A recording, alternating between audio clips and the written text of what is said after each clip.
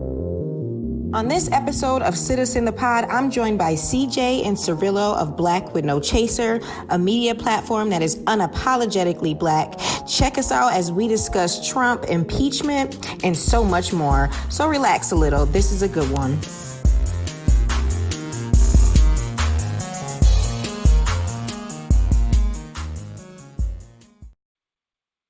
What's up, Facebook Live? How are all of you? It's Keina Zontel. I'm so excited to be here with you all today, joined with Black with No Chaser. I'm so excited to have the crew here with me.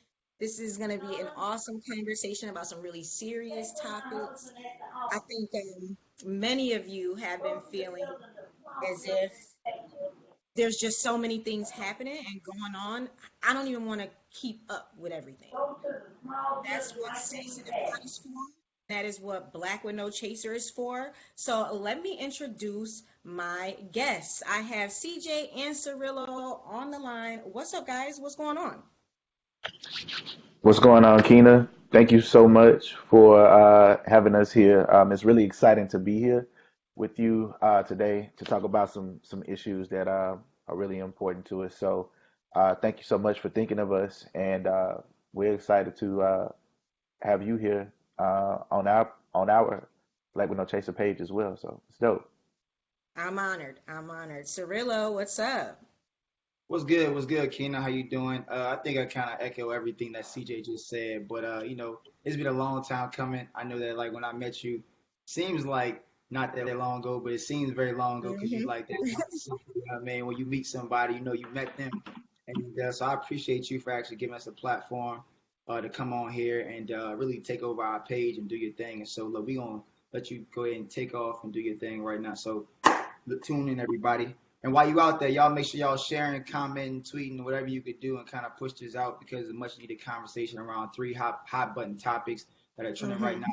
And we about to dive in, y'all. So first, I think that folks should know. Well, I guess no. Let me backtrack this. First, let me introduce myself to Black with No Chaser, because I don't think we haven't done anything yet. And in a Nah, this second, the I'll let first you do the time. same thing to all my Citizen the Pod viewers. So, boom. Citizen the Pod is a podcast that I was inspired to start over a year ago because I felt like the pundits weren't like keeping it all the way real when it especially when they were discussing politics. I'm a political junkie. I love this. I spent quite a bit of time in the early stages of my professional career working on campaigns in New York State, and I love it. Like I love to win. I love the adrenaline rush. I love the organizing aspect of it. So for me, being able to create a platform where I'm pushing people of color, young millennials to get engaged in a political process in various ways and not discounting the way in which you engage was important to me. For instance, and I'll give you all an example. A lot of people don't like social media activists, right? That's been Mm. kind of it's been thrown around a lot. But the flip side of a social media activist is them using their platform for something good, even if it is just a few likes, but they're also disseminating information. So for Mhm. me, I just think that we need to decide collectively to not down anyone in this space, but to continue to work together and to continue to just breathe life into each other and the movement, right? And right now, I just think Mhm. Black people are trying to figure out what their movement is, which direction we're going to go in as a group of people in the era of Trump and beyond Trump, right? Because we know Trump is just a symptom of the society that we already live in. There are people Mhm. that were angry on both sides of the aisle. There are people that are angry in the middle because we won't come together in the middle. So I just think that Citizen the Pod for me was a place to bring young people on and to discuss a variety of topics, usually politically based, and get us all to just start thinking and just to start listening to each other. So that's Citizen the Pod. And it was cool that I actually joined up with Black Widow Chaser on election day, not election day, I'm sorry, on debate night in Georgia.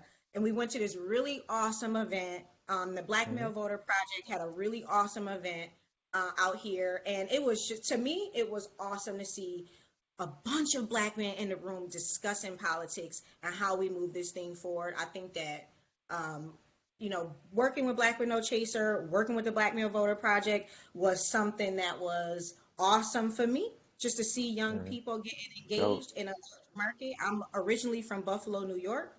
And I know all the movers and shakers I know. So they, Yeah, they rock with me. We already communicated, but for me to be able to come into a big city and work with these two amazing groups was just something special to me. And I appreciated Cirilo, responding to my DM when I was like, yo, put me on. So that's what's Yeah. I decided to up. join the crew. We was out here kicking it and learning and just Hmm. vibing together, talking politics, talking debate night. So it was a good time.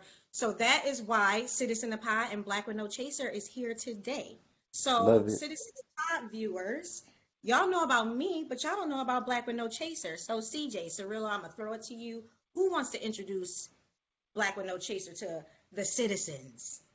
Man, I think it's only, Well, as the CEO, as not the CEO, but CJ the CEO, to go and introduce Black with No Chasing to the pod audience. So CJ, man, go ahead and do your thing, brother. cool. All right. Well, good afternoon, good evening, wherever you are, everybody. This is CJ Lawrence of Black with No Chaser, the CEO of Black with No Chaser, and we're really excited to be chilling with the citizens tonight or today. Thank you so much, Keina, again for inviting us to do it. Your vibe has been dope since we met you. When we were down in Atlanta, like you said, we kicked it, and we were actually. Uh, partying for a purpose, which was dope. Mm-hmm. We, really were surrounded with brothers and sisters throughout the city of Atlanta that were really trying to move the people forward, and that's what Black with No Chaser is really about. Black with No Chaser was started 2 years ago.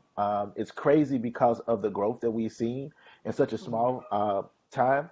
But Black with No Chaser is a media entity that goes across multiple platforms, and we have a social advocacy arm as well.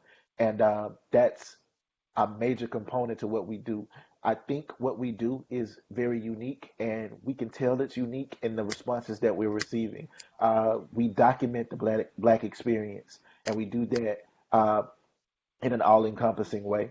It's really exciting, again, to have the opportunity to introduce ourselves to your audience and to really kind of get into some of the things that we naturally get into, including the subject matter that we'll discuss today. And yeah, we're looking forward to that. And I'll pass it off to Cirillo because with Black with No Chaser, we really are a round table. While I hold the title of CEO, um, I certainly have understood that the type of leadership that I want to have in this capacity is one where I have to kill the ego every day and Mm-hmm. understand that a part of good leadership is understanding that sometimes you have to lead from the back and understand how to follow as well. So um, I have good teammates, and Cirillo is one of my very good teammates. So I want to pass it along to him to let him talk a little as well. Ooh, yeah, appreciate that, man. Once again, everybody, I'm Cirillo, and it's good seeing y'all again out there and good talking to y'all. But for me, man, Black with No Chase is really an avenue to kind of like be myself. You know what I mean? I kind of came online in DC in a progressive space, and there was a lot of good things about it, but also a lot of things I felt like needed change. And so from within, there was only so many things you could do, and I felt like at the time, it was good to do those things, but now I was like I wasn't in the right headspace to remain there. So I kind of like when CJ approached me, that was really like the first thought I had. Like, man, we can really blow this thing up and really build a community that where we can be as black as we want to be, but also be ethical. Also, shoot for different standpoints and shoot for issues that we care about and speak about things that we know how to speak about. We don't need research to worry about that because we lived it, right? And in developing a culture of not just amongst ourselves internally, but also a culture where anybody, no matter where you're at, I don't care if you're in the United States, you're in a rural part of America, you in Europe, you in Africa, you over in India, You know what I'm saying? If you black, you subscribe to blackness, you think black, and you live black unapologetically, then guess what? Like, you black with no chaser, right? I saw it that was, so when we Right. came together 2 years ago, that's what it really was about, to be honest. And so since then, like literally 2 years ago, like what, middle of November, and now 2 years, like to see that we touching 15 to 20 people, 20 million people a month, growing every day. Twitter has blown up. IG has done its thing, but really, like, the main thing was that we had an idea, we executed on it. I think the main thing that really brought us there was passion for our people, Right. and that passion really bled out into really the universe, the ether, and because of that, we are who we are to this day. And I think we would say that's all because of us, but really it's because of everybody that really poured into BWNC, whether it was a share or a retweet, a comment, or just Yeah, simply liking the page. All those folks really made us who we are, and so I'll stop there yeah. and say thank you, and No, then boom. it's definitely. Last thing I'll say, it's definitely been an organic experience watching BW and Black Widow Chaser grow into what it's become. If you would have told us 2 years ago that 2 years later we'd be reaching like 15 million people a month, like that wouldn't have been something that, what I mean, like, I mean, maybe eventually, but not within 2 years. And so it's exciting, like, it's Hmm. exciting, and sometimes it's surreal in those moments to try to like totally conceive it to the point where like when we talk, and I had even forgotten about that part, not because it's not significant, it's very significant, but because we're so focused every day on the mission, like on the advocacy arm of it, things that people don't see because they see us posting memes and doing funny things and posting Right. stories, but they don't know that Hmm. part. So Right. it's exciting, Keena. Yeah. Well, I appreciate getting the opportunity to talk to your audience and just merging together to have a pretty serious conversation because it's going down right now. And I haven't posted an episode since July. So, citizens, voters, patriots out there who listen to me, I am so sorry, but it's been so much. And sometimes you need to take a break. Like you need to take a few steps back and try to re-energize and try to figure out what's your voice in all of this. And I think that's the break that I needed. So we're just gonna jump right into this with my outrage. So let's start there. I'm sure all of you have seen that in the last few days, George Zimmerman had the audacity to think that it was appropriate for him to file a lawsuit against the family of Trayvon Martin when all the evidence proves that he shot and killed this young man. And he feels that his name has been slandered when he's a murderer. Like it's just there's no other way to describe him as a person, right? We're gonna keep it real. He's a thug, right? Yeah. He's a gangster. Hmm. He does he walk around with guns? Sure, he walk around with guns too. I mean, I'm not really understanding why this thug continues to be able to use the criminal justice system, our not even criminal, I guess this isn't criminal justice, this is our court system, our judicial system, in order to remain relevant. And to me, I feel like he's trolling black people right now. Like he's trolling black people, he's trolling this family who had to bury their son because of him. I'm sure my Black with No Chaser crowd, I'm sure the citizens out there saw this and was immediately angry. Like the only emoji I Yeah, could use was for the sure. angry emoji with the expletives across Oh because yeah, this is I just I have no words and I'm not sure there's anything that we can do. And CJ, you're a lawyer. yeah. What is this? How do we Okay, work? so yeah, I mean, I'll be honest with you. And you said expletives a moment ago, so I'm hoping that you don't mind me using a few of them in my uh I mean, it's yeah, is online. that Why I I just mean, did so shits. yeah, I mean, yeah, I'm always with the shits. That's the no chaser part of me. Go You know what ahead. I'm saying? So Yes. like, I mean, like that's part of it. But like, yeah, I can't stand saying that motherfucker name. Period. Mm, When it comes to yeah. GZ, you know what I mean? And Right. it's because of exactly what you said. It's a goal of his to remain relevant in perpetuity, right? Yes. And he does that by every once in a while, um, he needs another money grab or he needs whatever, and he's literally exploiting the murder of Trayvon Martin for monetary gain, right?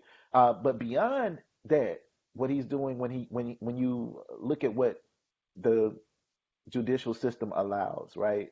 Both the criminal side of things as well as the civil side of things is allowing you can sue for pretty much anything. You can lawsuits can be as frivolous as you know what I mean. Hmm. Literally, you can make up a reason to sue somebody, and we Right. see it done all the time. But it's not typically done by lawyers who have principles. It may be done by lawyers who are willing to sue over anything, but not by someone who really looks at the framework and looks at the bigger picture, and totally understands it. With Trayvon Martin and this GZ case, this GZ situation, you essentially have somebody who is continuing to inflict emotional distress upon a family who, he has obviously altered, forever, by taking their son away, by taking their son away. Now he has the audacity to sue them for $100 million. From a Mm. legal standpoint, it's not something that has really any legs to stand on. Right. It's my understanding that this is going back to some video or film or some kind of thing that's on Venmo. I'm not gonna name the name of whatever the video is, not Venmo, but Vimeo. I'm not gonna name what the video is because I don't want it to get any views, but I know that it's Right. something out there that he's using as the crux for what he's holding this up against. It won't Mm. stand up in court as far as the legal arguments that he's attempting to make with regard to a defamation of character, because truth is the ultimate defense to defamation, right? Right. And he did kill Trayvon Martin. Yes. His defense was not I didn't do it. His defense was that I did do it, but that I had a reason to do it. Now, none of us actually believe that there was a reason for a strange man with a gun to follow a teenage boy at night with that gun, and after being told by police not to do so, And to and stand down. subsequently wind up right. And they always get away, is what he said. They always get away. And to this day, it still bothers me that a jury of Trayvon's peers, quote unquote, six women, five white, one Hispanic, I believe, uh, found it in their hearts or found it within them to not understand or think about what type of fear a teenage boy being followed by a strange man at night who also had a gun, what type of fear that boy would have had in those Mm. moments instead of that strange man with the gun. And Right. now the strange man with the gun has profited from that gun and is attempting to profit from these parents' pain, and it's hella frustrating to think about. I'm gonna pass it along to Cirillo. If I got something else to say about that particular dude, I'll say it. But I'm gonna pass it along. Yeah, bro. I mean, like yesterday when I saw this, I was sitting down, like literally on my couch behind me, and I seen it come across I got alert, and I Mm. said George Zimmerman suing the family of Trayvon Martin. My good brother, Ben Crump, Florida state prosecutors, and Right. so like the idea is that there was some malicious intent behind trying to find justice. Meanwhile, you launch another frivolous lawsuit. Oh, and by the way, over the years since 2013, you've been launching and filing lawsuits literally to fund GoFundMe or to like spring up another GoFundMe campaign to fund your litigation, to fund his Your like life. his life, and it's like literally making money off the back of another black human being. And it's like, to me, it's very hurtful.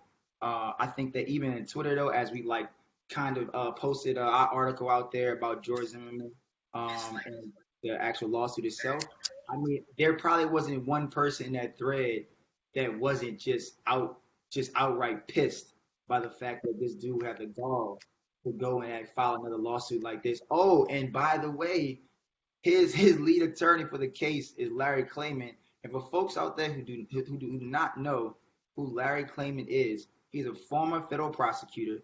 He is the guy. He is the founder of Judicial Watch. If you're not familiar with Judicial Watch, it is literally a litigious arm of the conservative activists or activism movement. I'm not sure if that even is a goddamn thing, right?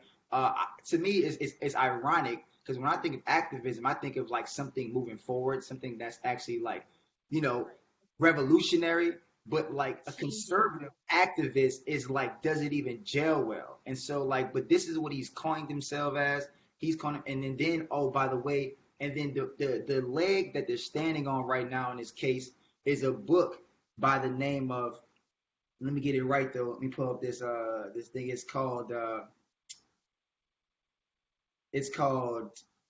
by a guy named, the book is called The Trayvon Hoax, Unmasking the Witness Fraud That Divided America, by Joel Gilbert. Joel Gilbert is actually an American filmmaker and also, by the way, a serial conspiracy theorist. So you have one person who the Southern Poverty Law Center has called a pathologically litigious lawyer, right? Another conspiracy theorist, and that this pathologically litigious lawyer is predicating his entire case on literally what the author of this book, Joel Gilbert, has found as a well-researched, credible source to file another $100 million lawsuit to reopen wounds and to almost step on the grave in so many ways of Trayvon Martin. And so, like, to me, I am absolutely appalled. I am disgusted. I am. It's hurtful, to be honest, as a human being. And so I feel for the Trayvon Martin's family, everything they're going through, they have been through. Yeah. That community at Sanford, not to mention the racist history that Sanford police and that community has had, and from its inception until now. And so, yeah, I mean, it's just gross, man, to like watch this dude off the back of a black boy. So tough. Yeah. GZ And you know is way too what's comfortable. too comfortable? Agreed. Like I don't know, and I don't really know what to say about it. And I think that it's unfortunate that he also has this imaginary fan base, like this social media fan base that's willing to fund the nonsense. You know, Yeah. we can't even raise enough money for the legal defense for the young lady who was attacked by the police at the Waffle House because Yeah. she didn't want to pay 50 cents for free plastic utensils, right? So Hmm. but this man can, but we can, the guy who shot Eric Garner when he lost his job in New York, his GoFundMe page, he raised over $100,000. Pantaleo. So I think that, the Not black shot, people but should choke. I want to make sure we get it right though. So not shot, but chokehold, right? It's a legal chokehold against Eric Garner, by the way, for selling cigarettes on the corner, trying to make a way for his family. And I want you to make sure we set the record straight in terms of how he was right. actually. So it was a legal chokehold, not a shooting. Hmm.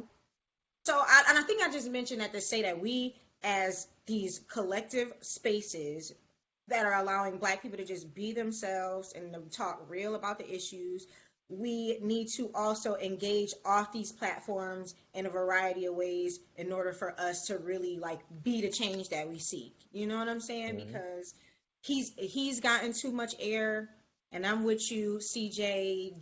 What's his GZ, the Hmm. murderer? I mean, like at Hmm. this point, we shouldn't be using his name just like we don't utter the name of terrorist, right? Like Yeah. because this is you know, I mean, white men with Cause he guns. is When one. we gonna name white terror? Like when we gonna put a name to white terror for us? Like as a Yeah. community, we can put a name on it. So I just it's unfortunate that this is happening, especially around the holidays. Hey, if you need to go to social media and voice your outrage, feel free. Y'all know how to find Black with No Chaser. Y'all know how to find Citizen the Pod. Just talk about it.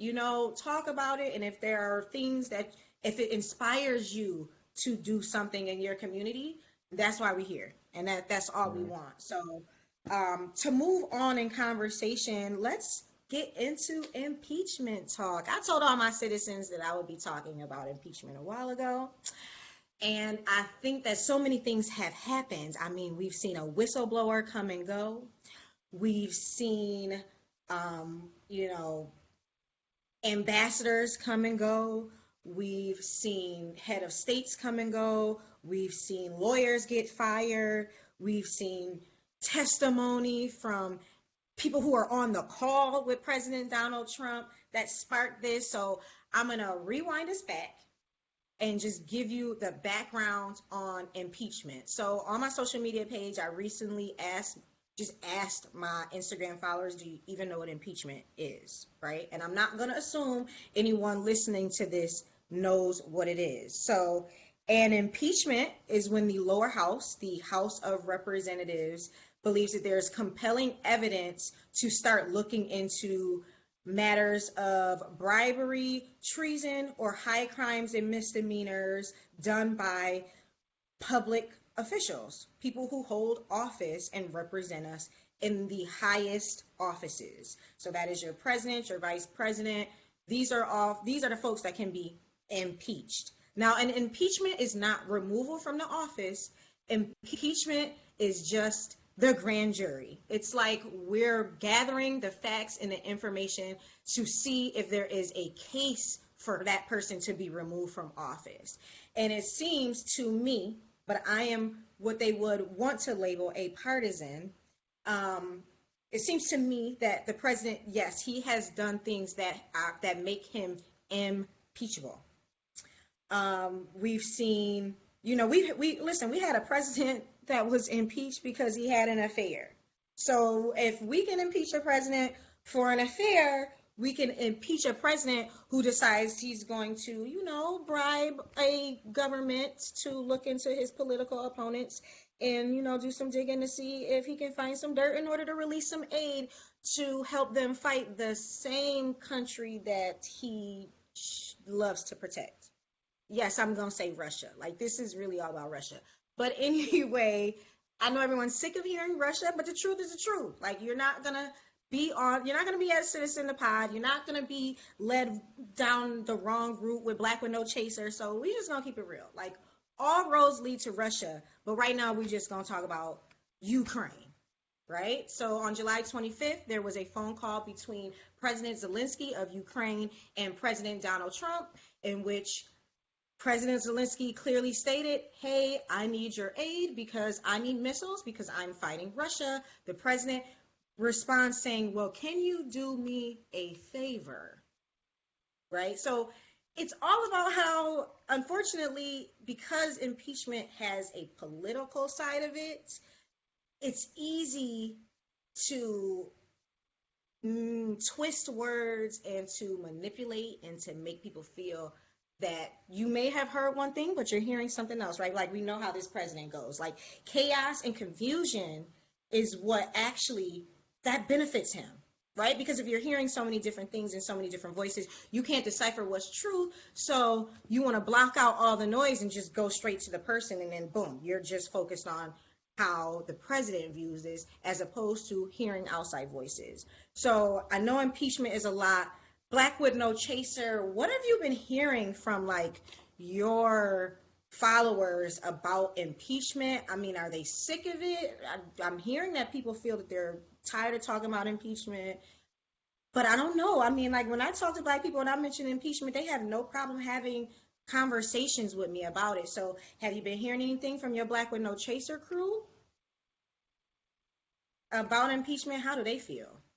Yeah, on the whether or not like Black with No Chaser folks or like Black folks in general have been actually like worrying about the impeachment. I think that from just like a national news standpoint, it's like so in your face. So it's almost like you're not even allowed to not to think about it, because like every single day it's like force fed down your throat, right? Of like what Trump is doing, what he's not doing, how he's like denying the House Intelligence Committee to actually subpoena witnesses. You're right. He's literally like subpoenaing, he's like denying the subpoenas to like subpoena the Supreme Court. It's like literally trying to like do every single loophole to enjoin House Intelligence Committee Chairman Schiff and everybody a part of that committee to actually like do the due diligence, not of the committee, but also the will of the American public, which is also in form of the American democracy. And so Mm-hmm. like, nobody, it's so funny that I get so frustrated, right? I got friends who are Republicans, and even they find this actually reprehensible. I look at the fact that I think on a national scale, there's this willingness to want to coalesce around the president because he is a Republican, right? But at the end of the day, I think that what it speaks to is that like there are people that are willing to actually drag this country down with them, regardless of whether or not this person is right or wrong. I think that when you look at the court of law and whether or not somebody can be indicted by a grand jury, it's literally not even preponderance of the evidence. It's like if there's a scintilla of evidence that you can levy, and it's reasonable, right? Mm-hmm. And guess what? Like we going to trial. Here we are. If you just look at the Watergate scandal, right, and what happened there, like literally the same thing that happened there, but this is like even far worse. So I just want to take folks real quick on like why this hearsay argument is implausible by the other side. When I say other side, I'm a Democrat, so when they say implausible, I mean the Republicans by the fact they're saying it's hearsay because if you deny everybody that had firsthand knowledge, well, hell, all we left is the second and third-hand knowledge. So here are the actually key witnesses that we never heard from. One, the acting White House Chief Secretary Mick Mulvaney. Now, this guy here went in front of the press and said in so many words, he literally said on the record, and to me, though, that was enough. To me, that was enough, right? Even on the record, Right. like, in so many words, damn, y'all got me, right? This is what Mulvaney said. Then, National Security Advisor John Bolton. Now, John Bolton, though, has already came out as some smoking gun type of deal and said that pretty much like, y'all wait on me, ... I got something for y'all. Now, I don't know if that means that he's going to absolve Donald Trump of anything, if he's going to actually like add to what's been already put forth by the House Intelligence Committee for the majority side, the Democrats. Another one, Secretary of State Mike Pompeo, right? So this guy, there's no other person really outside of the president that would know what the hell is going on with foreign dignitaries going out in terms of like handling our foreign affairs than Mike. And so you got Secretary Pompeo saying that, look, you know what though? I don't know if these people individually say they don't want to go on the stand or actually go in front of the House Intelligence Committee. But at the end of the day, though, whether they want to do it, whether they don't want to do it, right? I think they're like, look, when you actually have the people that have the inside scoop, that's like knowing everybody is part of a gang, right? Or organized crime. And going, we know what you know, but we can't get you here because the rules that apply to criminal justice work, right? And typical criminal proceedings, they don't apply here. So this guy can usurp not only the actual criminal justice proceedings, how they work, but you can also usurp the actual American democracy of our right to know the goddamn truth. You know what I mean? It's at the end of the day, though, like, look, if it looks like a duck and it sounds like a duck and it walks like a duck, then goddamn it, it's a duck. It's a duck. It's a criminal. Quack, quack. Yo. I'll stop there, though, man. Yo. Bro. We should be clank, clank. Like he needs like right. Let me just say for real. Let me say that Giuliani, though, it's so funny. Giuliani came out, was like, yeah, this guy's hilarious, right? So he's like, yeah, because he's the lawyer for Trump, right? And he's basically saying, well, Trump is my lawyer, and I'm speaking on behalf of Trump, and Trump saying this, Trump saying that, and because if he doesn't want to say anything, he's not going to say it. And it's almost like, well, Giuliani, if you know Trump is guilty, then you're guilty too. Like, you know what I'm saying? Like, I mean, if you know he's guilty, then like, yeah, there's some like, there's definitely a confidentiality there that oath that a lawyer takes to their client.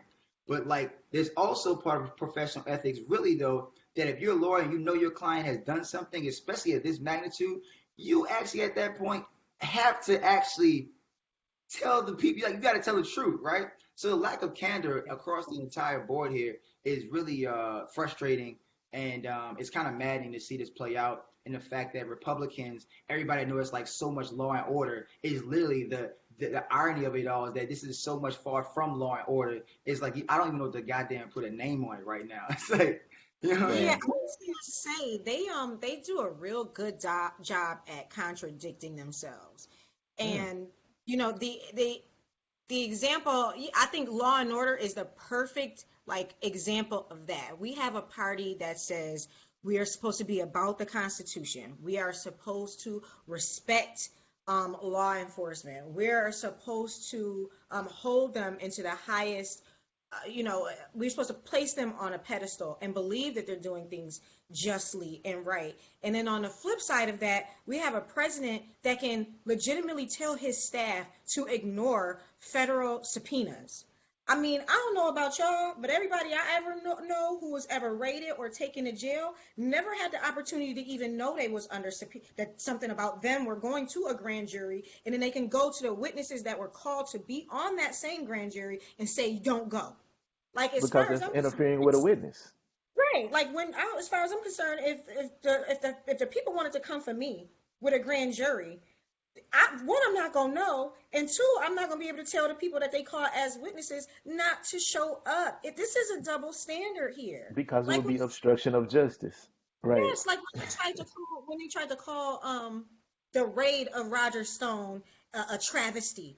Excuse me, have you ever been in a raid? I have, and I know I haven't been in the room, but I've seen one. Yeah. And I've seen them go into communities with tanks. Okay, Yeah. tanks. Real shit. Okay, Real shit. with tanks. You know what I'm Tanks and saying? armor. Yeah, I just say Okay, something about Roger Stone though, just something that's really funny, like kind of lighten the mood for like 1 second. right. I was in Charlie Palmer one day drinking a glass of wine, and the last time I actually seen that guy was actually in Charlie Palmer getting a steak with a whole entourage around him, and that was right before he actually went to jail. So it's so funny that guy's in jail. Wow. That's And, crazy. he I, deserves it though. what I'll say about Trump, uh, what I'll say about Trump is this. Um, while he campaigned on the notion of his campaign being about America and the whole idea of making America great again, uh, nothing about Trump's presidency or push for the presidency has ever been about America, and everything about Trump's push for the presidency has always been about Trump, right? Yes. Understanding that Trump is the center of Trump's interest, uh, Hmm. it should come as no surprise that Trump would be putting himself first in any instance where Right. even international aid or foreign affairs are at play, right? So when we hear something like, "Hey, Trump basically withheld $450 million in financial Yes. And financial aid. assistance as well and aid in the form of military equipment that would deter uh, Russians from continuing. I mean, like literally, I've been in Ukraine before, right? I've been to Mm. Ukraine before. I was in Ukraine right after the breakup of the Soviet Union as Wow. a foreign exchange student. They still spoke Russian there. They Right. they also speak Ukrainian, but they still speak Russian there because Hmm. that's what's been indoctrinated into them. And at that time, it was still a very sketchy place. Like it was still the democracy was new. It was Right. I was there when they had their first election at the time. Um, since that time, I mean, it's still a relatively new uh, it's a relatively new space operating Yes. outside of the parameters of the USSR, or the Hmm. former Soviet Union, right, or the former Soviet bloc. When you take that into consideration, you understand that Russia is literally right up on Ukraine, right? Yeah. And it's a substantially larger country, a substantially more powerful country. So it's literally them calling Trump on the phone is like them saying, "Hey, the bully is literally outside my door right now," and they kicking Exactly. it down. Yeah. And Trump being on the phone with Zelensky at the time and saying to him, "All right, well, I'll help you, um, but I need you to do a little something for But me first," is the equivalent of almost circumstances where predators prey on people, right? yeah. We got predatory lending, and we got even. I mean, he hit him with the sugar daddy line, like, "What you gonna do for me?" What you gonna He do? literally What you hit him with gonna the do, "What you gonna?" boo?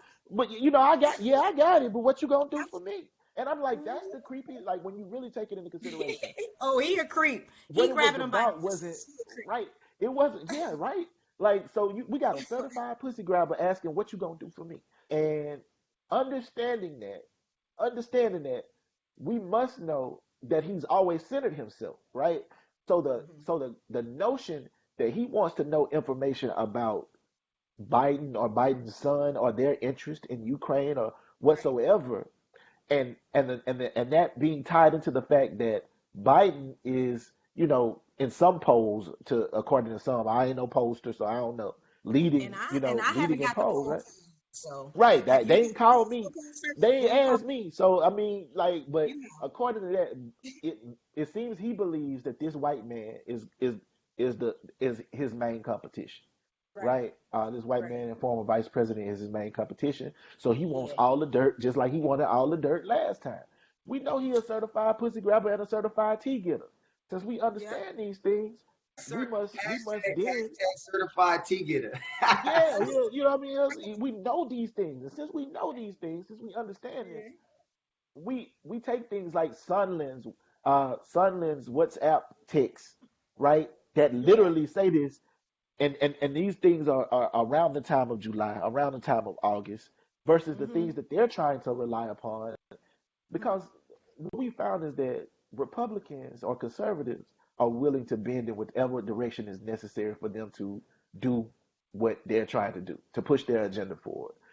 We saw Yes. that with the Supreme Court and them not allowing Obama to appoint a Supreme Court justice when it was Aaron still God, his presidency, 9. right? Okay, We come on. Come We on need now. say ASAP. what? Yeah, so You Mhm. we seen them bend at every turn. And so it's funny because literally they can see something. They can see Sondland's text in black and white. They can hear three professors who are constitutional law professors in at Harvard, Stanford, and I forget what the others, maybe Georgetown, and tell you this is what the Constitution says and say, oh, fuck that. That shit don't mean nothing. But the one thing that's on their side, that's the reliable shit. Like, oh, Right. this is the shit that I'm going to, this is what I'm going to attest to. This is what I'm going to hold on to. This is what I'm going to say is valid in this instance. So, in spite of the fact that all of the evidence is adding up on one side of the issue, the evidence or what they're willing to lean upon is at best I call it someone hanging off a cliff with one hand. You know what I mean? Like literally, it's highly unreliable, and they are attempting to uh, misinform people by telling us that Ukraine was as involved in the last election uh, Mhm.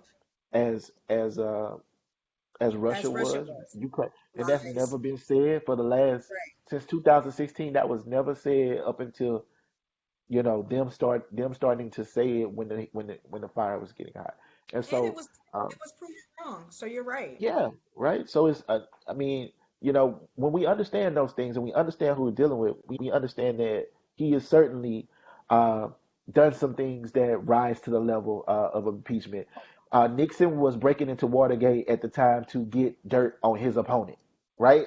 So I Oh. mean, like essentially, I Did mean, he like just that. I mean, yeah.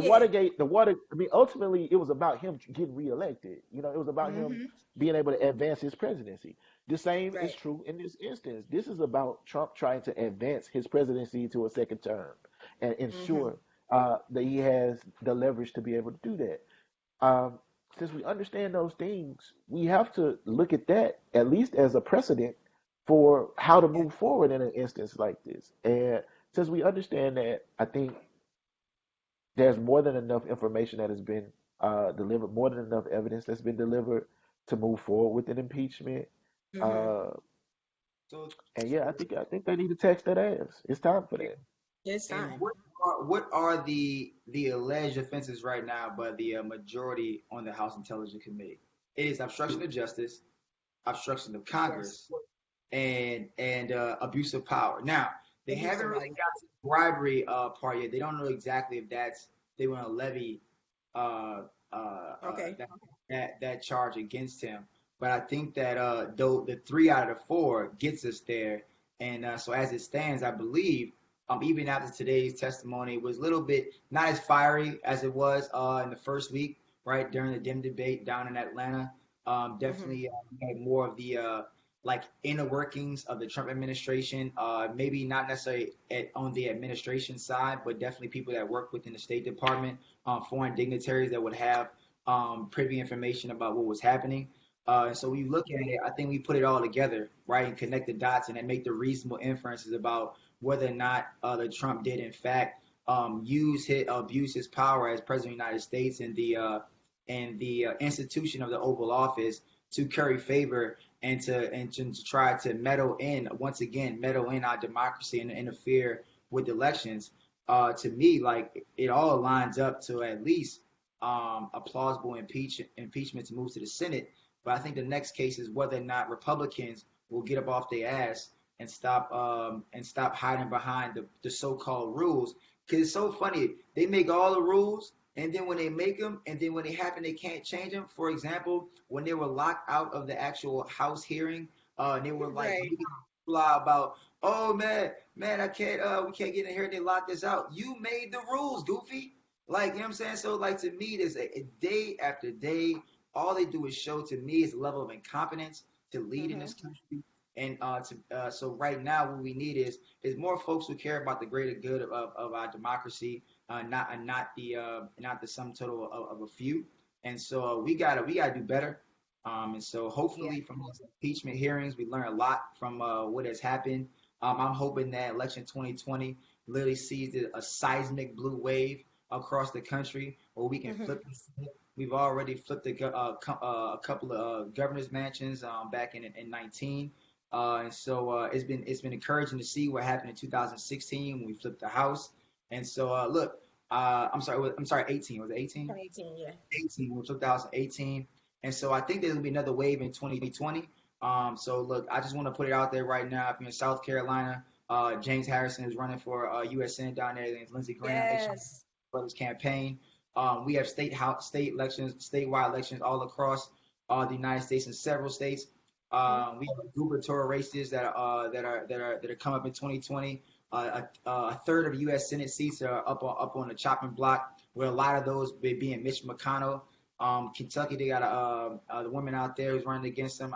Her name is evading me right now, but she's definitely some person to be on the lookout for. So if you could Mm-hmm. donate to these campaigns, whether it be on a local, state, or a federal level, go ahead and donate because every dollar will count to make sure Mm-hmm. that we ensure that this democracy is moving forward for the greater good of all people and not just a few in this country. So, Right, because I mean, this whole impeachment fiasco really proves that it's like one government for one group and one government for other people. I mean, and it's just sad to really see that we can't come together even when we're supposed to be upholding the Constitution itself.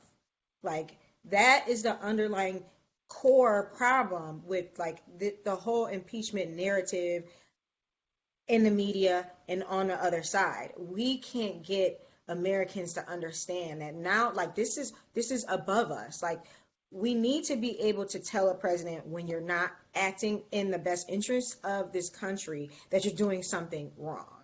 And I've seen something earlier today where Republicans were nervous when Nancy Pelosi made an announcement that she was going to do a press conference today because they thought that she was going to decide to do a censure vote. And a censure vote is basically the House saying the president did something wrong, but there's nothing we can do about it. And believe me, behind closed doors, there are Republicans who will gladly tell you the president was wrong. He overstepped himself. Did he abuse his power? They may not say, well, he didn't abuse his power, but he did something wrong.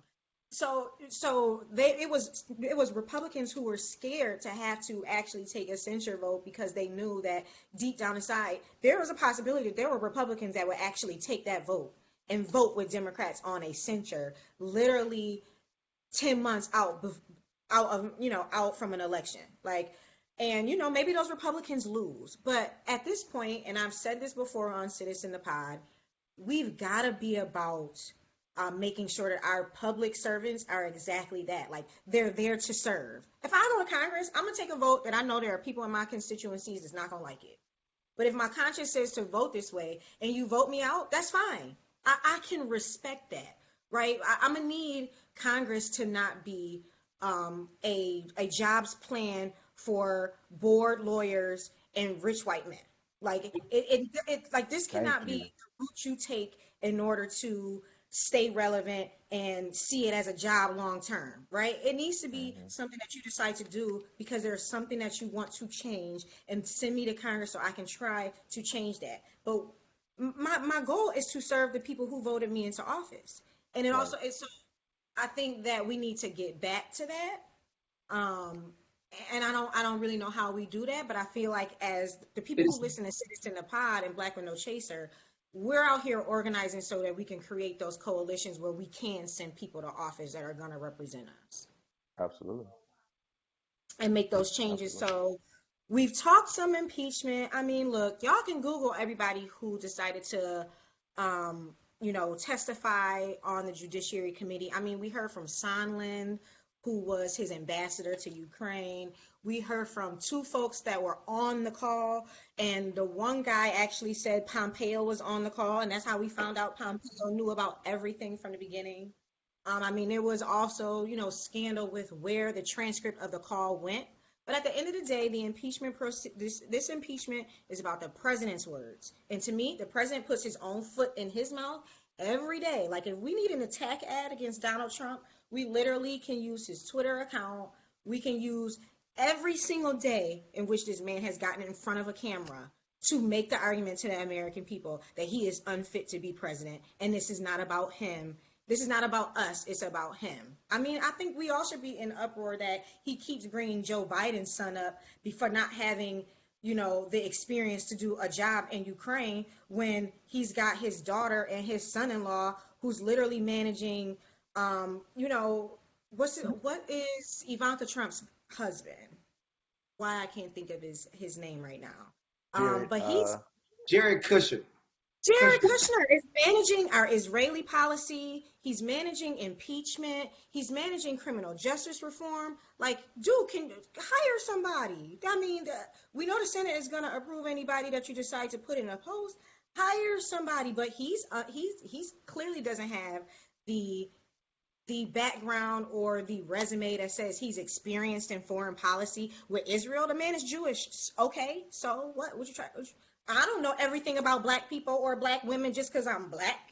Like, right. what is he about? So we need to figure out how we're going to get this man out of office because this impeachment thing is an embarrassment. We've got world leaders cracking up laughing at him. And now they're willing to buck against him publicly on TV. I mean, if anyone watched the Macron interview with Donald Trump before they went into that the meeting the other day, Macron bucked him publicly in front of everybody. He's done with it. He don't want to kiss his ass no more because he know it doesn't get you anywhere. The only people Hmm. who gets out of Trump is Kim Jong-un of North Korea, Vladimir Putin of Russia, and the president of Turkey, The Erdogan, who only will the only second people invade what the I only want to people that'll punk his ass. That's basically who the people who put his ass in his place are the people that he that he somehow respects. he actually hears them when they say so. Right. So I mean, and he low key does their bidding, but listen, I didn't just name Kim Jong Un, Erdogan. Listen, I'm so proud of the way I say these names, though. yeah, you did your Come thing. on. You did your thing. It was impressive. Hey, citizens the pod, you got a real one. Listen, y'all gotta know. Y'all Please gotta know know who we talking about here. that. We gotta say these names right. I don't ask me to spell it Black with No Chaser, okay? This is not a Hey, spelling bee. Don't do me like that. and if you know what though, this is one of the dope things about Black with No Chaser too is they call us on to like a lot of the other media stations to talk about black shit, like you just said. But they don't bring us on much to talk about foreign policy and about uh issues like these issues. And so it's dope and good to know that we can have these conversations and have these conversations with our audiences and Yeah, that they can be conversations that they can appreciate and relate to um, because these are issues that matter to us too. And yeah. we don't just have to talk about police brutality and things like that all the time. So Mhm. uh, Mhm. And we also ordinary folk. You know what I mean? Yeah. We're not CNN commentators. We're not on Yeah. MSNBC. We don't have our nightly show. We are literally coming to you as like concerned Americans, concerned Hmm. citizens, in a way that we're just trying to figure out like, where do we go from here? And so the only answers we have right now are really like that a lot of people um, really know that this guy Trump did something wrong and just don't want to fess up to it because they're afraid. And I'm gonna just call it out though. And the name of white fragility and white supremacy is that most folks are afraid that if they let go of this guy, they're also letting go of some type of illusory power that Mm. Right. they built upon by way of forced migration, capitalism, Yeah. and other various caste systems that really has never done anything for people of color in this country. And so it really goes back to when we talk about I think about Mondale and the Black Male Voter Project, and when we're down in Mm. Atlanta voting and why folks don't vote. Folks have a level of apathy in this country that they just don't feel like this democracy works for them. And that's not really only just black folk. They got a lot of white folk in this country that stay home, brown folk that stay home because Hmm. they look to see what's going on in democracy, and they're going, well, if he can go ahead and just do whatever he wants as president of the United States, how is a leader of the country that can be held to the highest standard, stoop so low, but yet not be held accountable for his actions? And I think that really it doesn't sit well with a lot of people. I think some people will get angry and get out in 2020 and vote. But I think other folks really just want to stay at home because they say, what's to say the next person we put in office, whether it be on a city, on a municipal level, whether it be on an actual state level or federal level, won't go ahead and do the same exact thing. So we really got to get back to basics. This is just like human decency and knowing that when we go to Yeah. Congress or you elected official, yeah, you're actually going in the namesake of folks you represent, your constituents. And so like this is what Hmm. it's really about. And so it's like I really can't wait. I don't know about y'all, but I'm like energized about 2020.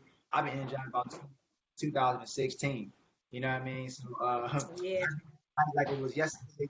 I remember being in the office in DC and feeling crushed. Damn, man, we let a guy like Trump get into the White House and how our democracy was already fragile. It really weakened it even more. And so, man, I look, y'all, we got to get active, get after it. Like we really don't, there's really a lack of hope out there. And so, I just implore everybody listening to this, who will listen to this, to kind of like act, and not be on the actual reactionary side, but actually be on like the proactive side about your democracy. Because if you're not, like we already see what can happen that when we sit on our hands and hope to God somebody's gonna come in and save us. No, you be the savior. Yeah. Uh, We saving ourselves all 2020. for sure. Now, though, I love that. We need to put it on the shirt, y'all. Right. For real, we saving ourselves 2020 and beyond. Saving Now, let me ourselves. say this. Let me say this real quick, and I know we gotta. I know there's another subject. I just wanted to, and I won't even call it pushback, but I just wanted to kind of say, give some nuance to what Cirillo spoke to about um, brothers and sisters who may or may not vote, and that being deemed apathetic. I don't necessarily believe that it's always apathy. I think that sometimes it's a conscious form of protest Mm. that is an actual rejection of the policies and the party system, Yeah. and also the candidates that are there because they've had no say in the process or feel that they have not been included in the process. Uh, I think that a lot of the brothers that spoke at the Brothers Be Voting initiative that was such a powerful event, in my opinion, when they were there and they were present, to me it said that they cared. Even if they didn't vote, some of the brothers that Even were if they speaking didn't on vote. it, they were some of the Yep. most willing to speak on it. And what I found that to mean was not that they don't care about the political process or don't care about who wins or who loses, but that they don't feel that they've been included to the extent that we know what it is that needs to be the framework that speaks to that particular sector. I mean, and different people vote for different reasons or don't vote for different reasons. But I think until we are actually in the faces of the brothers, sisters, and it's not just black folk. There's a lot of people that don't vote, but I'm speaking directly to black folk because that's who we working for. Um, when it comes to them, I think it's important to understand that like it's going to require a more inclusive process sometimes than the one that somehow we got 20 candidates that we don't know how we got. Uh, they just emerged and like here's your choices, and I guess we're about to talk Right. about those choices now. So I'm gonna throw it Oh, back to you on that note. thank you so much, CJ, for that segue. We appreciate it. And I think that I saw that a Natalie, Elisa Rodriguez, hey Natalia. Maybe I think I'm saying it wrong. It's probably Natalia. How you doing, girl? Thank you for tuning into your live. She mentioned something that I think is very important to talk about as we move into the next segment. And she put the Democrats need to unite better if we want to get a hold of what's going on right now. Like, and right now, flipping blue may just be reactionary to the Trump phenomenon, but what's to say after the election we don't go back to the current status quo? And status quo is, I think, the should be like the headliner for our next segment. We Okay. literally, go ahead. Oh no, I'm sorry. Because I just want to say this. I was at a gun violence prevention recently in DC with my good brother Dante Barry, and we was out there talking about it. And the one thing that really stuck out to me was folks talking about status quo and politicians' lack of willingness to use political capital for real democratic gains, right? And Yeah. so we literally play political chess, right? Not for Mhm. the benefit of like constituents, not for the benefit of us, but for the benefit of their careers. And so I understand that when you're up there, right? And Yes. this also goes back to candidates too, though. So Hmm. candidates also can't waste or need to start actually wasting and waging their political capital wherever they may have, because Yeah. that's how we start normalizing things in this country and start Yes. getting extraordinary ideas to be ordinary. And so it's like the thing about it is that if you're not willing to waste political capital, you're not willing to go out there and advance an agenda that's actually good for all the people, no matter if you think it's good for you or not. I think that most reasonable people who understand politics will go like when they see a good idea, will act on it. So I'll stop there though. But that's about that status quo comment. Yeah. So I mean, we're talking about the status quo, and right now the Democratic field for presidency is looking real status quo. Like to me, it's looking real. The Empire Strikes Back right now. Like Looking everybody, hella white. I don't need like Yeah. everybody looks the same. Kamala Harris, I'm sure all of you know, has recently dropped out of the race. She's basically stating that she doesn't have the money to move forward and doesn't see a pathway to victory. We know that Julian Castro and Cory Booker will not be on the next debate stage because they didn't have the resources to be able to jump from 0 to 3% in 30 days because they don't have billions of dollars like Mike Bloomberg and Tom Steyer do, and the access to it like the former governor of Massachusetts, Duval, might have access to jump in the race. So just to see the crowd go from this rainbow coalition in January. I mean, we had women, we had people of color, to see it dwindle down literally to Joe Biden, Sanders, Warren, and Pete Buttigieg that quickly. Like, we are muted out of the conversation that quickly because we don't have the same access to resources, which is a surprise to me because, I ain't gonna front. I see Cory Booker and Kamala Harris actually as corporate Dems. So I'm really surprised to see those moderate voices not have the funds to continue in the race. But and to see, I mean, and I think the strength of Bernie Sanders and Elizabeth Warren is because they were already, I mean, Elizabeth Warren's probably been running for office since she was made head of the Consumer Bureau of like by President Obama, CFPB. Consumer Protections Bureau. So it's just like I'm disappointed in what the field looks like, and I think that unfortunately the status quo is not going to inspire very many people to run for office. I think Bernie has his own lane. And I think that may be where my support goes because of that, because I really want to see like some real progressive change. But I'm worried that without a person of color anywhere near the ticket is going to be a problem. I mean, Black people, we love us. It ain't nothing wrong with loving us. And we need to make sure that whoever takes that vice president, whoever's on anybody's vice president ticket can really inspire us to go out and vote. So, I mean, how do y'all feel about the new status quo look of the Democratic candidates? And the debate stage is going to look very different. And I feel like just our topics are just going to be, pushing it back because Cory Booker really can say some things extremely eloquently and can chime in quick to get a point across and to speak to us. And the same with Kamala Harris. And I mean, we're going to be missing that.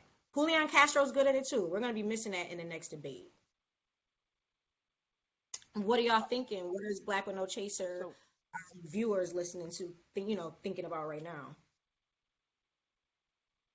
So yeah, thank you for that question, Keina. I got the office. The phone is ringing in the background, so I apologize for that. You know what I'm saying? Like, hey, that's the most ratchet shit ever. That's But that low budget, baby. That's you know what I'm talking about? And it's talking and shit. But yeah, no, my apologies. But yeah, with regard to Kamala Harris, the thing that I'll say is, I've seen a lot of people prefacing things this way, and I feel the need to preface it too, not because of um, any perceived backlash or anything, but because I think it helps to frame the conversation that I'm gonna ultimately have about Kamala and about the representation on stage. Kamala was not my candidate. She was not the person that I was pulling for. That doesn't mean that I don't like Kamala in the capacity in which she currently works as a senator, as a United States senator. Uh, but beyond that, I do think that Kamala was initially always perceived as a strong candidate, and 2 years ago, many people kind of pinpointed her as potentially one of the leading candidates. So to see her have to bow out, not only bow out of the race before Tulsi Gabbard and Andrew Yang, who are still possibly potentially in this next debate, and even before Amy Klobuchar and some of the other bigger the names that you know, and the names that have been entrenched in politics for decades. Uh, it's quite interesting and quite telling because when media came out very strong against Kamala Harris, and it came out not on what she had done as a senator, but on what she did in her capacity as a district attorney. What I'll say to that is many of the things she did, including those things dealing with the parents and putting parents in jail for uh, children not attending school, and uh, the some of the things that she did as far as being a district attorney and the way that she implemented policy as a district attorney. I think some of those are fair arguments to have with regard to Kamala, but the standard to which Kamala was held, I don't feel like Joe Biden was held to that standard with the 92 crime bill. I don't feel like some of the other candidates were held to those standards. Amy Klobuchar is also a district attorney, also is a former prosecutor. So if that's the standard by which we are going to assess this process and make a determination on who we should bring in and who we shouldn't bring in, by all means, then I think that should be a standard that we hold for all people. Now, I will say that as Black folks, we tend to hold Black folk to a different standard because from the standpoint that we expect more of us than we do of others, and we should expect us to fight for us. And Yeah. in my opinion, Kamala in her senatorial capacity was doing what she could to fight for Black people, or at least she was at the very least being a voice that was willing to push back against this status quo that we were speaking to. By no means do I confuse Kamala Harris with Malcolm X or Right. Kamala Harris with Assata Shakur or anything of that Right. nature. So I don't want to give the impression that I thought that by putting Kamala in there that we were putting a progressive or someone who is really ready to push the agenda uh, Mm-hmm. forward. But I do believe that she represented she represented some sector of black people, and not only black people. She represented some remnants of the old Obama era Democrat or Obama era black Democrat even. Or And I black think politician that like yes, that. right, like you characterized it well when you called it centric, like a centric Democrat Yeah, or shit. Like, yeah, I call them corporate Dems. Yeah. right, a corporate dim. I think that's a fair assessment to call it that. I think that because of that and because of some of our disillusion, I mean, some of our disillusionment after post Obama, uh, Mm-hmm. some of us were just not ready for that anymore. We had been through a lot more. We had dealt with Trump, and Mm-hmm. we were needing something so different from Trump, so different Yes. from that we looked to other options. I was looking at people like Castro, Sanders, and Warren, Me but too. it wasn't because I was necessarily just so totally on their policies. I believe that they're above reproaching anyway, but Mm-hmm. I believe that what they're setting for, I believe that some of the policies that uh, Warren and others are setting for are policies that jive well with what's needed within our community. I still think that there's more Yeah. work to be done by those candidates, but the notion that there are no black or brown candidates on that stage when Yeah. this country is ever browning uh, is is frustrating. I do believe that they kicked Mhm. Kamala on the way out of the door.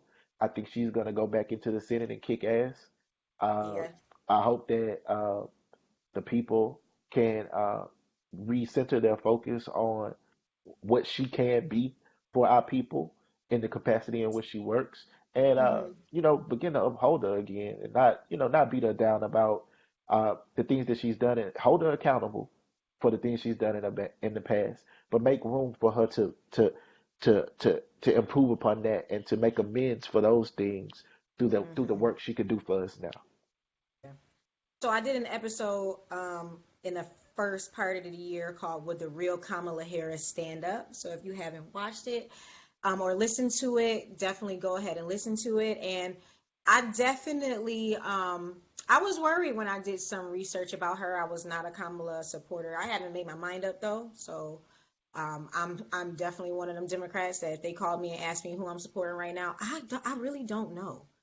Um, so and we discussed those issues that she had, and then she went on Angela Rye and did an interview with Angela Rye, and me, like a lot of people, actually felt like she still really didn't answer the question correctly, or it wasn't even about a correct answer. She didn't answer the question. Like it was like, if you've worked for a politician and if you pay attention to politics, seasoned politicians have a way of answering a question with no answer. So, I was definitely one of those people who was definitely skeptical about how progressive she was. Now, is she a good person? Yes. Did she kill that first debate and did she energize me? And was I kind of amped about seeing her candidacy progress? Definitely. Because I think that, I think the Democrats right now want a fighter.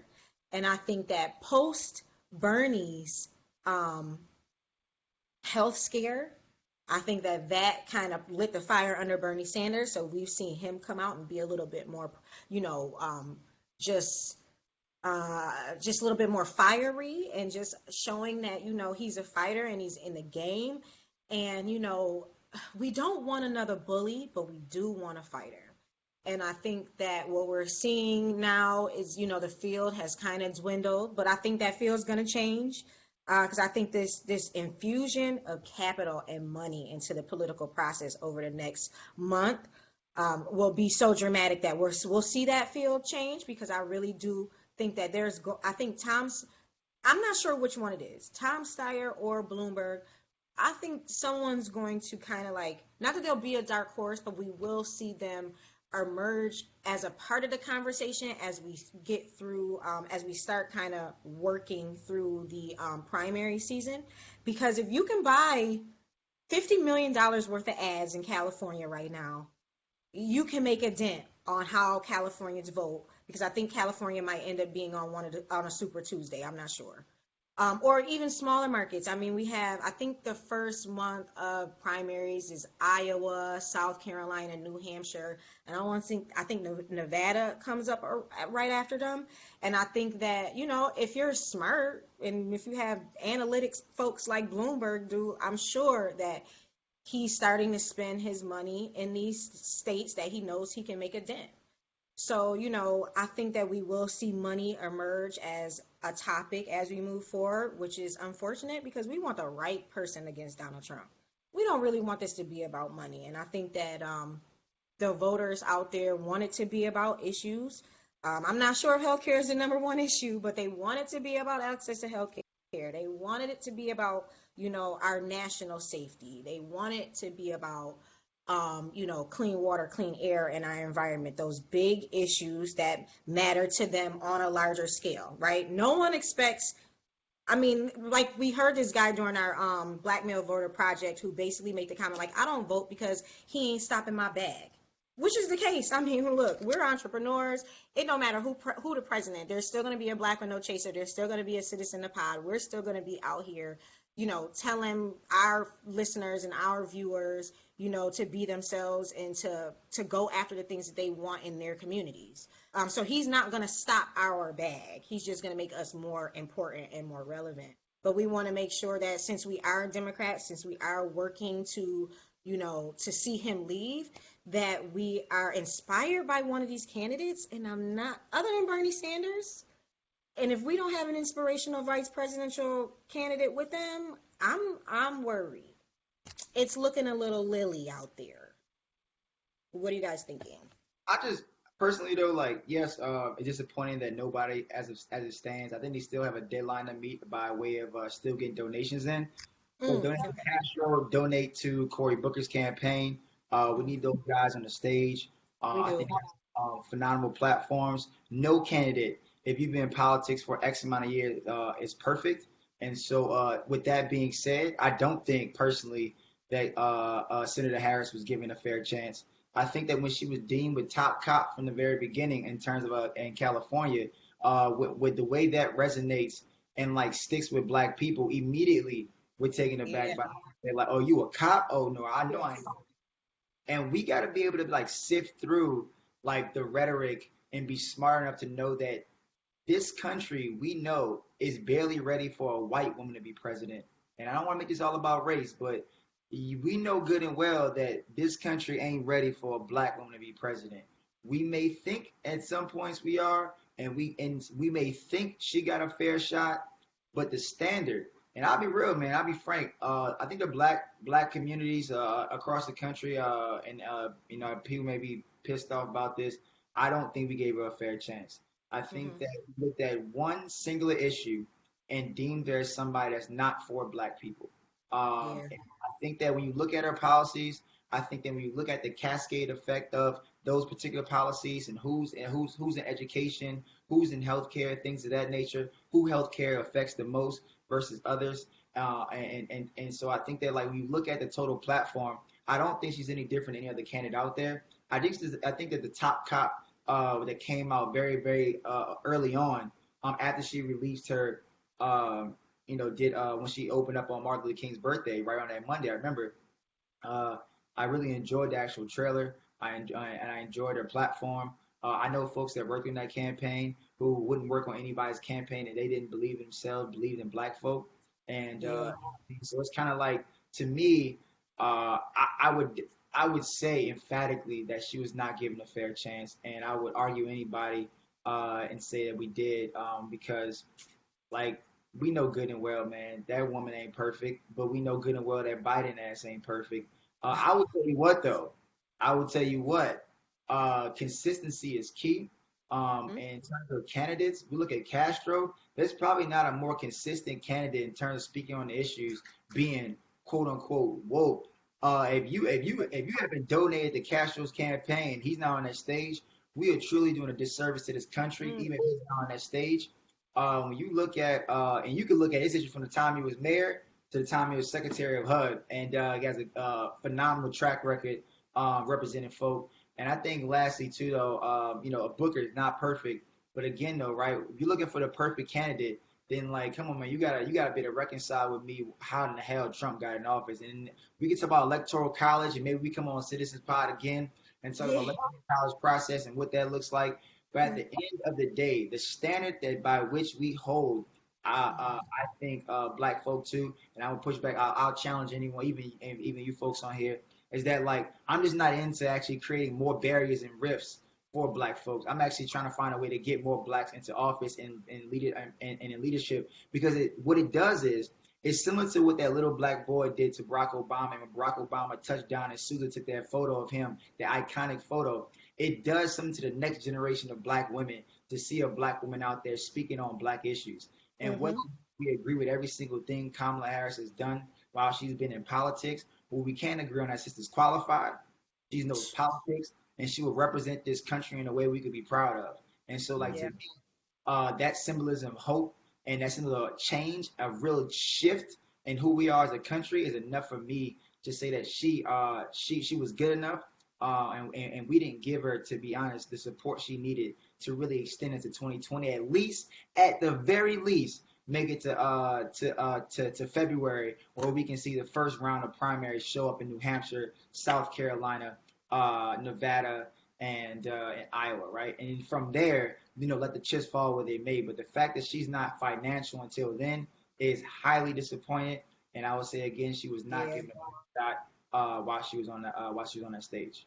Real quick, I definitely want to jump back on and just say, I totally agree with you that I don't think that the shot that she was given was fair. I do think that they jumped out on her early, and I think they jumped out on her early because they felt threatened by her, and that they wanted to eliminate her as a candidate.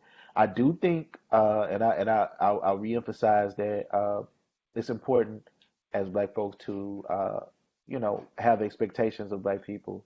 But I think Kamala is. I think she was a for real sister that's down for Black people. Whether she did some things that definitely hurt, uh, more than likely hurt mostly Black folk. With in a capacity, but when you look at the criminal justice system as a whole, the criminal justice system, and if you are acting as an agent of it at any given time, you're going to be hurting mostly Black folk because that's who the criminal justice system hurts the most. So we understand that, and we want people uh, to reject that system when it comes to how they work for us and function in that capacity. But I do think that she was not given a fair chance. I do think that the standard and the barriers that were created for her were different than the ones that others have been held to and are being held to at this point in time. And I believe that if we can hold uh, uh, Black folk and Black women to that standard, I believe that we need to ratchet it up several notches for these candidates that are left and hold them accountable to us as well in a very real way. I'm sorry, y'all. I gotta step off. I really enjoyed it, and I look forward to doing this again for sure. Yeah. Well, look, before you step off, you got 2 seconds for me to at least get where, because we can wrap it up right now. For sure. Like, No, we can do that. We can do that. yeah. So Black with No Chaser, how can Citizen the Pod viewers find you? Where can they find you? Absolutely. You can find us, y'all, at www.blackwithnochaser.com, on Instagram at Black with No Chaser, no spaces. You can find us on Twitter at Black No Chaser. And you can also shop in the Black with No Chaser store for our hoodies at blackwithnochaser.myshopify.com or directly at blackwithnochaser.com. We're looking forward to linking up with y'all and continuing to grow with you. And thank you so much again for allowing us to be a part of your show and speak to your audience today. Yeah, no doubt. And for those folks with Black with No Chaser who don't know me, my name is Keina Zontel. You can find Keina Zontel on Instagram at Keina Zontel. You can find me on Twitter at Keina Zontel. You can find me on Facebook at Keina Zontel. I have a Facebook page also. A business page, Keina Zontel, that gives you updates on Citizen the Pod. I have another Instagram page at The Surge 2020, because all the citizens out there know how I end my show letting you guys know if we can send 100,000 men and women to war, we can engage 100,000 men and women to go out and vote and advocate for themselves. So we're wrapping this up really fast, guys. I had a great time with Black with No Chaser. Thank you, CJ. I had a great time with you as well. We're going to be talking again because we got some more shit to go. Okay, it's so much more to talk about that we left out. So I appreciate all of you. Thank you. Absolutely. Thank you so much. I'm looking forward to talking to you again soon. Yeah, definitely. This is a collab we'll have again. So peace out. Thanks.